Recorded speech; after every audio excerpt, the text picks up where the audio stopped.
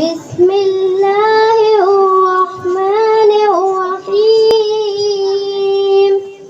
يا بني إسرائيل اذكروا نعمتي التي أنعمت عليكم وأوفوا بأحدي أوف بأحدكم وإياي فارهبون وآمنوا بما أنزلت مصدقا لما معكم ولا تكونوا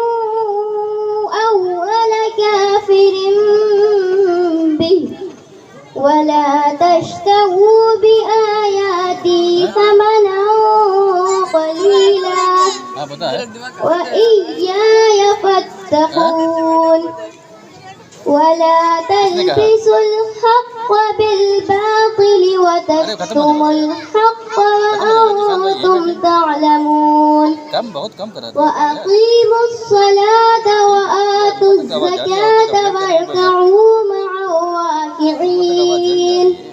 أتأمرون الناس بالبر وتنسون أنفسكم وأنتم تتلون الكتاب أفلا تعقلون واستعينوا بالصبر والصلاة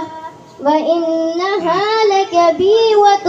إلا على الخاشعين الذين يظنون أنهم ملاقو ربهم وأنهم إليه راجعون.